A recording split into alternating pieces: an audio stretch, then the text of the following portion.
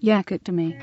Chapter chopping. Yak it to me automatically chops documents into chapters by matching patterns in the document text. Chapter simplify navigating long audiobooks on portable audio players. Chapter chopping also shortens the time it takes before you can begin listening to a document immediately after uploading. Next, you will learn how to control the chapter chopper. Controlling the chapter chopper. The chapter chopper looks for character strings that know chapter boundaries, such as the phrases chapter 1, chapter 2, and so on are lines by themselves. These are common to many documents. The chapter chopper is case sensitive. The matching strings must appear in separate lines by themselves.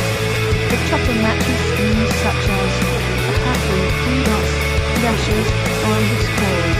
The strings list, info, introduction, section, and variations on the theme, like underscore info underscore, an integer number, or only number on its own, chapter X, or slash, or X, where X is an integer or only number to control the chapter chopper, including turning the top all together.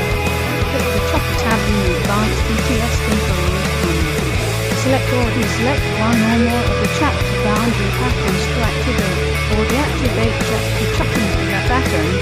If you want to re-chop an existing book, press the rebuild button at the top of the transcript window. This will re-chop and run TTS conversion on the new chapter. Chapter chopping is a useful tool. Have fun with it.